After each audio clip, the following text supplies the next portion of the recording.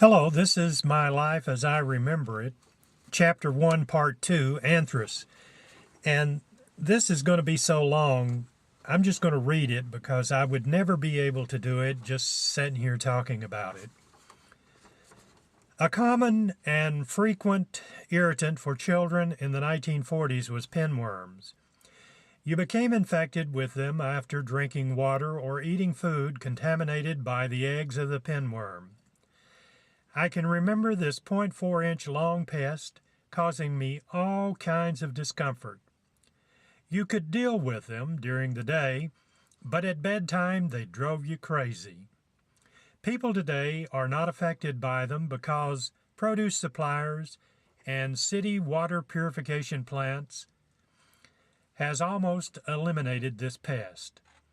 Occasionally, when I was stationed in Turkey, I was bothered by them, especially after returning to our base after a visit to Istanbul. My tonsils were always inflamed, and I was sick a lot. I would be playing and almost instantly start running a high fever. A few times my temperature got so high I went into convulsions. I read somewhere that tonsils were the way the body fought off disease-producing bacteria.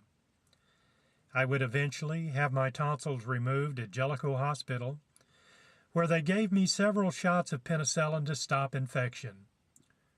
Who knows, those bouts with tonsillitis probably saved me from contracting some bad bacteria. Several times I can remember beggars coming to our house begging for food. My mother would always find something to give them. This was a time when the only help you could get was from people willing to give you a handout. The Depression years had already passed by the time I was born, but times were hard for some people. Dad worked in the coal mine during the Depression, and Mother and Dad were more fortunate than most people during that time. I can remember feeling sorry for those beggars that came to our door in Anthras. In the living room, we had a large radio, and Dad would get up at night listening to the Second World War news. One of the commentators was Gabriel Heater, who had a deep, distinct voice. Years later, when I became a radio announcer, the station I worked at carried the Mutual Broadcasting Network. Gabriel Heater was one of the commentators for this network, and when I listened to his newscast, it reminded me of Dad catching up on all the war news. I became completely fascinated with airplanes, and I would run out of the house to look when I heard their engines. I was always disappointed when they were flying in a direction which made it impossible to observe them. Anthras was located in the Clear Fork Valley in the Cumberland Mountains, so this was usually the rule rather than the exception. Once I saw a C-47 Goonie bird come over Anthras pulling a glider. That airplane memory is planted deep in my mind, and now late at night, if a C-47 comes over, I know instantly what it is.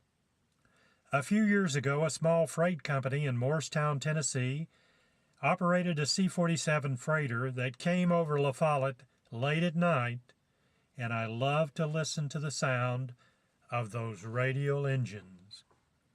One day I learned that an evangelist was going to fly his airplane into a field between Anthras and Pruden. I wasn't about to miss this, so I talked Dad into taking me. By the time we arrived at the field, the evangelist had chosen to land in.